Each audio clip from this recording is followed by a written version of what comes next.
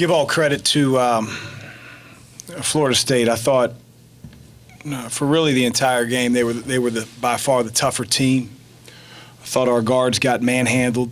They just shot over the top of our guards, especially in the second half. And they've got a really, really good team that's really athletic. We knew that coming in. We have 5, I think, first half turnovers, and in the second half we double that. And so we got manhandled. Our guards got pushed around. They got the spots where they wanted to. They ran runner action just like Kentucky did, and they got in the lane and shot right over us. And our inability to keep the ball out of the lane, especially in the second half, killed us.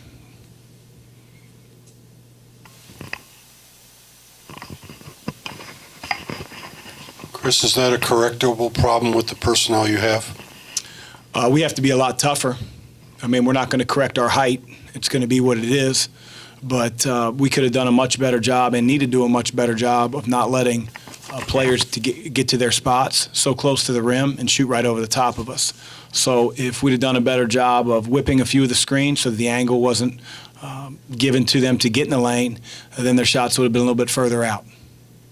Seems like Jordan was really the only one who could get anything going today offensively. Were you disappointed that no one else was able to kind of back him up? Well, against Florida State, you have to be able to make plays. They're going to deny every pass along the perimeter. So our guards had the ball in their hand the majority of the time, and we knew that was going to happen. You watch, literally every game they've played. Over the last 5 games, I think they're turning teams over 19 times. And it's those teams that are trying to, reverse the ball and move the ball. So we knew that our best chance was to try to get the ball in the lane through post-ups, which, again, were non-existent. And then our ability to break our man off the dribble, get in the lane, and then make the right play. We got a few shots blocked. We missed a lot around the rim. But, as much as I'm going to malign the offense, you give Florida State credit the way they play defense. But it was our defense and our inability to play defense the way we need to play in order to compete in this league. You stuck with a 3-guard lineup for a while there in the first half. What was the goal of that? Well, the goal was David was really playing well. I didn't want to pull him out. And, obviously you have to have guys that can handle the ball, make plays, get in the lane, to alleviate that pressure. You either drive pressure or you post up a mismatch. And so, it really doesn't necessarily matter if we're not running a ton of set plays, which are sort of tough to get the ball reversed and entered where you want. So we could have played really any combination. I thought that was the best combination at that time to get the ball into the lane. You mentioned David, and obviously he seemed like he played a few more minutes today, and it seems like he's coming along. How important is it for you to help guys like himself and Sam and some of the other newcomers progress as the season goes on? Well, a lot of their progression at times takes place away from fans. It's just the everyday grind of practice. Their understanding of our system, the repetitions they get, and certainly we want to get them out on the game floor because there's also a lot to be said for learning and making mistakes and making plays to help your team win on the game floor. And I thought David, again, like a lot of freshmen, made some good and did some not so good. We got to continue to play him.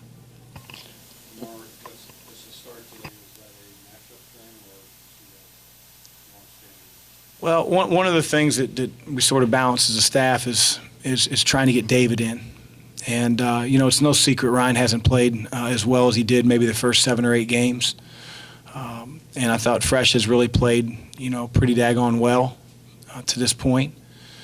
And when Darius and Ryan start, you essentially have 2 guys that only play the point guard position on the bench. So it's like a bakery line for David to ever get in the game. By the time we even get to him, there's 9-8 minutes left on the clock in the first half. And so by starting Fresh, now you have an opportunity where David could be the first point guard sub in the game and maybe enter the game at 16-15, get a better feel for the game. And again, I think he's making plays and he presents some different things than our other point guards do. Chris, there was so much talk about Florida State turning teams over coming into this game. Did you think your 16 turnovers were a product of their defense or just what you guys were doing with the ball? Well, I thought in the first half we did a tremendous job. We took care of the ball. we miss so many shots around the paint, and Florida State does that. They block a lot of shots, they alter things, but I thought we were getting some great looks. If you sort of put in last year's tape and then you compared it this year, we as a staff must have watched our Florida State game 5 or 6 times, just our offensive possessions. And as close of a game as it was, and it went down to the wire and whatnot, we could not get good looks. And I thought in the first half we were getting pretty daggone good looks, open threes, shots at the rim. We didn't do that in the second half.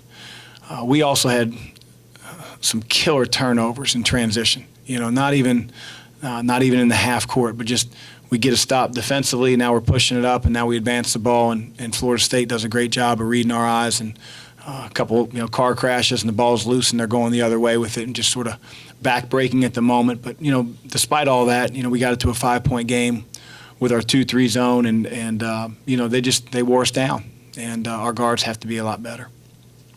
Coach, why do you think Ryan McMahon has struggled of late? I don't know. He's a senior. He's got to figure it out. He had open looks. He's defensively, he's not who he's been in the first part of the season, and we need him to be better. He's a fifth-year senior. He's got to get a little tougher and fight through a little adversity. And if he does that, then he'll return to the player that he's been. And so I have a ton of confidence. I probably have more confidence in Ryan than he has in himself right now.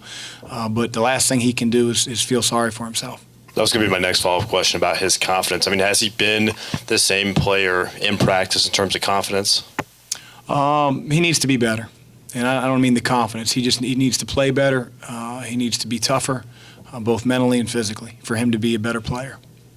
Dwayne does a lot of stuff that doesn't show up on the stat sheet, but he only had 3 points He today. didn't play very well. We need Dwayne to do more than, at halftime, I think he had 0 points and 1 rebound. I know he didn't play 18 minutes in the first half. He played closer to 10.